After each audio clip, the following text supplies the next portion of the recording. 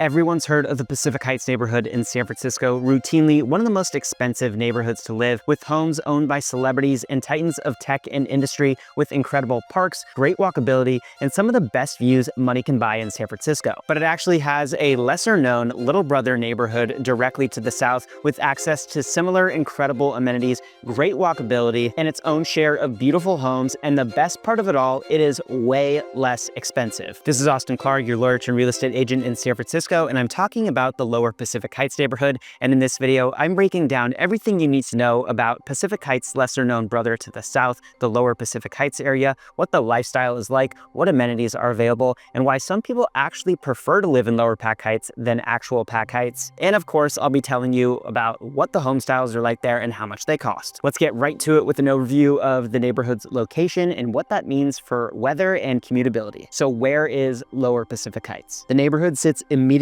south of the Pacific Heights neighborhood. So it runs from California Street on the north side to Geary Boulevard on the south side, and then from Presidio Avenue on the west side to Van Ness Avenue on the east side. So it's on the north side of the city, but it's actually a relatively central location. And because of that central location, you actually get pretty mild weather by San Francisco standards. The cold and fog fronts that come in from the Pacific Ocean all the way on the west side of San Francisco don't quite make it so far inland to reach the Lower Pacific Heights neighborhood. And because it's more inland from the north side of San Francisco for the San Francisco Bay, it doesn't get as windy in the area as it does, say, on the Marina Green at the North Waterfront. Not really a huge difference weather-wise between Pacific Heights and Lower Pacific Heights, especially on the south side of Pacific Heights, which is on, the other side of the giant hill that makes up the Pacific Heights neighborhood. And that's great because, as I'll talk about later in this video, there's so much to do in Lower Pac Heights, so many places to walk to and things to do, as well as immediately outside of Lower Pacific Heights. So no sacrifice really on weather compared to its more expensive neighbor to the North Pacific Heights. And actually, one aspect where I think Lower Pac wins over Pac Heights is commutability. Because it sits slightly south of Pacific Heights, I think it's a better place to live if you're commuting to the South Bay, for example. Maybe you have a tech job down there, but still want to be in a big city instead of the suburbs. Lower Pac Heights is definitely a viable option for that. Not as convenient as, say, Noe Valley or Glen Park or St. Francis Wood or West Portal might be for commuting south, but more convenient than neighborhoods even farther north like Marina, Cow Hollow, Presidio Heights, or Pacific Heights. It's also better for commuting to downtown San Francisco, in my opinion. This is sort of a double-edged sword, which I'll talk about in a minute, but you are a lot closer to several of the major transit thoroughfares that run west to east through the city that can take you to downtown San Francisco, to the commercial hubs of San Francisco very easily. And those are the streets that run west to east throughout the entire neighborhood: California Street, Pine Street, Bush Street, Sutter Street, Post Street, and Geary Boulevard. So it's definitely a little bit easier to get around Lower Pac if you have a car. And certainly if you don't have a car, I think you have a lot more public transit options in Lower Pac than you do in the more expensive neighborhood, Pacific Heights. By the way, if you want to learn more about what neighborhoods are great for commuting or walkability or food, nightlife, views, you name it, or you want to learn more about current events, new developments, or all things San Francisco real estate, make sure to subscribe to my channel because I make videos about that stuff every single week. And if you ever have questions about how what we're seeing citywide, the trends we're seeing citywide impacts our local real estate market, definitely reach out to me. I've lived in San Francisco for over a decade and I've helped numerous people relocate from all over the country. I'd be happy to be a resource for you. I'll put my contact info in the description below.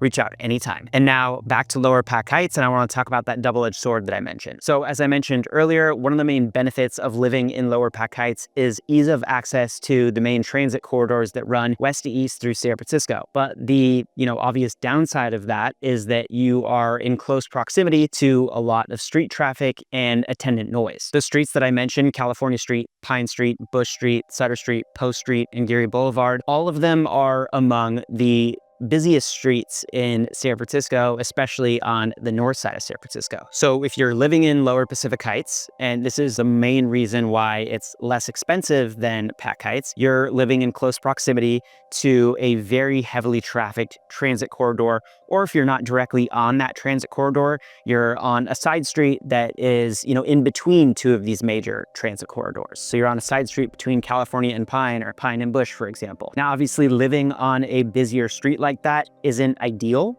but it is an amazing way to get a deal on property. A great example of that is this house that recently sold on Pine Street. It was a 3-bed, 3-bath, little over 2,000 square feet with expansion potential. It was so nicely finished. It had a great yard off the kitchen. The flow, indoor, outdoor, was amazing. It had these classic Victorian details from when it was built 125 years ago. It was such an adorable house. It listed for $3.2 million. There were multiple offers on it. Sold for $3.5 million a little bit after a week on the market. If that house was 2 blocks up from Pine Street on Clay Street in actual Pac Heights, close at all to Plaza Park, it would have sold for north of $4 million.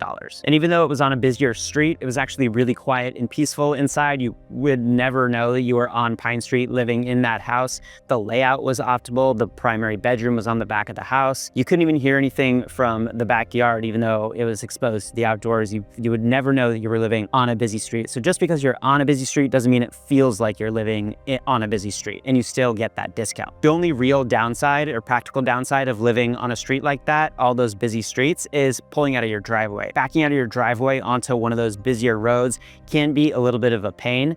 But on Pine Street and Bush Street in particular, that are one-way streets in those areas, you just wait for the traffic light to stop and nobody's going to be coming. It's actually quite easy. You just need to wait a little bit. And of course, when you walk outside, let's say you want to walk to the grocery store, or you want to walk to the park, or you want to take your dog out for a walk, or your kids, whatever, it is going to be louder and it's going to be busier. Other than that, there's no real practical downside of living on one of those busier streets. You're still close to the park, you're still close to the grocery store, and you're still close to so many other amazing amenities that I'm going to talk about in a few minutes. And like I said earlier, you don't have to be on one of those busier streets. There are side streets running north to south in the neighborhood where you can avoid, that extra noise and that feel of being on a busier street altogether. A great example of that recently sold is 1812 Scott Street, another Victorian built in 1900. This one was 3-bed, 2.5 bath, a little bit under 2,000 square feet, and didn't really have a real yard. It had more of a outdoor patio space as opposed to a true yard. There was a level downstairs that could be excavated to create a much larger house, but didn't have legal ceiling heights, so it would require digging. It would be major cost to do. The interior, though, was beautiful. It had high ceilings. It had so many great historic Victorian details. Out front, it actually had the first ever gas lamps that were installed in a San Francisco residence. It's a pretty cool detail and not something that you get at most homes in San Francisco, even ones that are 3 or 4 times as more expensive. That one sold for $3.2 million, a little bit over $1,900 a foot. It also got multiple offers. The reason why that one had a slightly higher price per foot than the one on Pine Street is because this was on Scott Street, which is one of those north to south quieter streets compared to Pine Street. It was also a slightly smaller house, which tend to have higher price per foot than slightly larger houses. But the principal reason for it was that Scott Street location. Bottom line is, if you're living in Lower Pac Heights, you are going to be either on or very close to one of those busier streets, but that does provide an opportunity for a discount compared to living in Pacific Heights to the north. And there are ways to optimize for that and account for those with upgraded windows, for example, that insulate from noise, by having optimal layouts, bedrooms not exactly on the front side of the house, more toward the back of the house. You don't hear as much noise. It's still a very peaceful place to live, and all the better that you can get it at a little bit of a discount compared to Pacific Heights. And no matter where you live in Lower Pacific Heights, you are going to have access to incredible amenities. For example, there are several great parks both in and around Lower Pac Heights that you're going to have access to no matter where you live. Specifically in Lower Pac Heights, you have Raymond Kimball Playground, which is a relatively new park. It's been open for about a decade. There's a clubhouse, children's play area, baseball fields with bleacher seating, a lot of open green space for visitors. Lower Pac Heights is also a mecca for anybody who likes to play tennis. You've got both the California Tennis Club and the Hamilton tennis courts in the area. Hamilton has public courts. The tennis club is like a members-only sort of country club. There's also a gym, full bar, restaurant, event space. It's definitely more country club vibes, whereas Hamilton is just public rec space. You've also got the staple parks to the north in Pacific Heights, Alta Plaza Park and Lafayette Park. Both of them are going to be within walking distance with their own tennis courts, basketball court, playgrounds, open green space. Both of them are surrounded by some of the most stunning architecture in the city. Both of them have great views. Personally, I prefer Alta Plaza Park. I think Lafayette Park is surrounded by busier streets, and I think the views are a little bit better at Alta Plaza Park compared to Lafayette Park. That said, Lafayette Park is surrounded by probably some of the most stunning architecture in all of Pacific Heights. You've got the Spreckles Mansion, which is insane. You've got two of the most sought after co-op buildings in Pacific Heights around Lafayette Park, 2000 and 2006 Washington Street. So definitely pluses and minuses on both sides. Both of them are incredible parks. You are going to be very blessed if you have them within a short distance of where you live. On top of the great parks, there's great food and shopping in Lower Pacific Heights. You've got Fillmore Street, which has a great collection of clothing stores, big brands like Frame, Rag & Bone, Page, and then you have more boutique style places. You've got candle shops, spice stores, antique stores, stationery stores. You've got a ton of different food, Italian, Vietnamese, Mediterranean, Mexican. You've got donut shops, pizzerias, delis. My favorite pizza spot is Pizzeria Delfina. It's just off Fillmore Street. It's on California, so technically on the border of Pacific Heights and Lower Pacific Heights. So a great casual spot, easy to walk in. They have outdoor seating, and immediately next door to that is a Johnny Donuts. Excellent donut spot, great spot for dessert when you're done eating pizza. There are also great sports bars and cocktail bars. Harry's Bar is one of my favorite sports bars in the city. A little bit more of an elevated sports bar experience, but still a sports bar through and through with TVs everywhere. They have some pretty solid food. Great way to spend a happy hour or to watch a game. This stretch in Fillmore between Lower Pacific Heights and Pacific Heights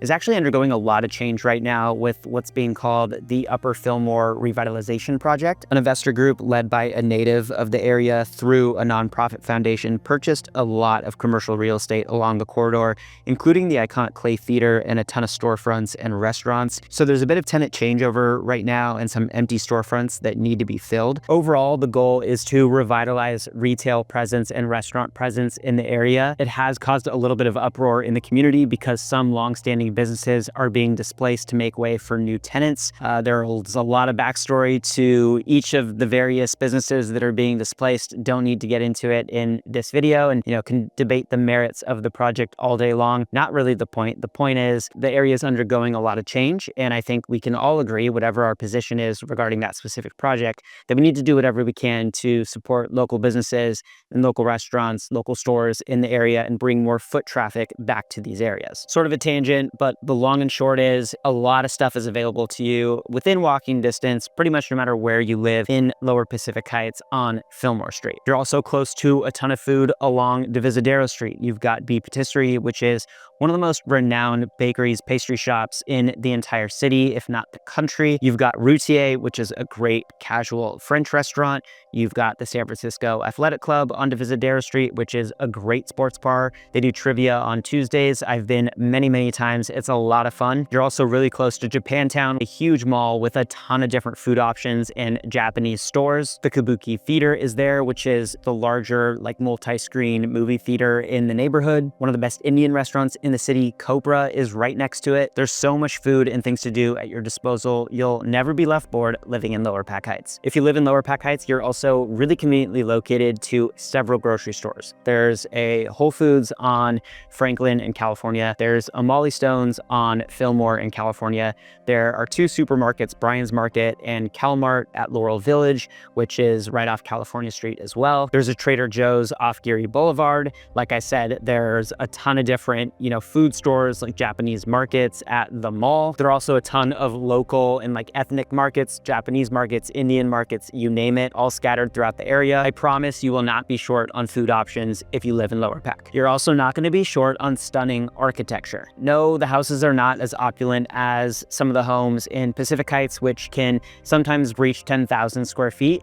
But even though they're a lot smaller, they're still incredibly stunning. There's plenty of century-plus old Victorians on tree-lined streets. Historic Cottage Row has a set of homes built in the 1860s and 1870s next to a beautiful little mini park that's perfect for dogs. There are a lot of low-rise condo buildings in the area, a lot of buildings that are 2 to 4 units, sometimes old Victorians that were converted into 2 or 3 unit buildings. You don't get a whole lot of larger scale multifamily buildings in the area. There is some modern construction construction, but not a whole lot. One of the bigger ones in the area is the Rockwell on the eastern edge of the neighborhood. It was built in 2016. It's 260 residences, so by far one of the largest condo buildings on the north side of San Francisco. And it's got a ton of amenities, gym, rooftop, terrace space, and it's really nicely located right next to Whole Foods off of Franklin in California. And it's really rare to have something like that on the north side of San Francisco. Not a whole lot of modern, new construction amenity buildings, especially at price points that you can get in the Rockwell. You can get 1-bedrooms there for under $1 million. You can get 2-bedrooms there for under $1.5 million, which is, yes, on an absolute basis expensive, but when you consider the overall location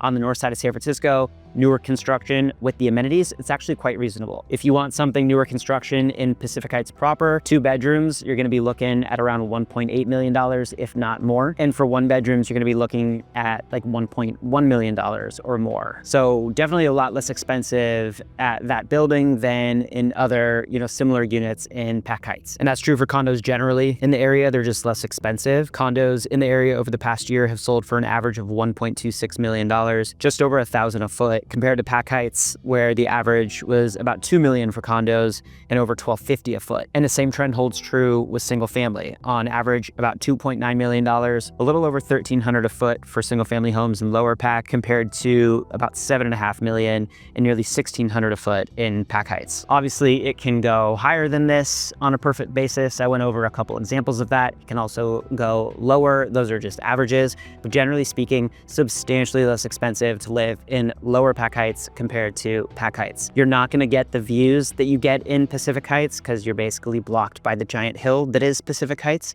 but you still can get incredible views of the city to the east and to the south. So that lack of views combined with, being closer to some of the busier streets in the area are what drives pricing lower in Lower Pac Heights compared to Pac Heights. The most expensive home that sold in Lower Pacific Heights in the past year was actually the house from the show Full House, and it sold for $6 million on the dot. It was 150 years old, but was completely redone on the inside. 4-bed, 3.5 bath, a little over 3,700 square feet on a little over 3,100 square foot lot. Like I said, it sold for $6 million in early 2025. That's really going to be as high as it gets in the area. You're really going to find much more available in the high 2 million, mid 3 million range in Lower Pacific Heights. If you're in Pacific Heights, they're really going to start at 4 million and go way up from there. Well, there you have it. That's the scoop on Lower Pacific Heights. No, not as glamorous as the Pacific Heights neighborhood to the north, but I promise there is plenty to love about Lower Pacific Heights. You can enjoy all the things that you can enjoy living in Pacific Heights, living in Lower Pacific Heights,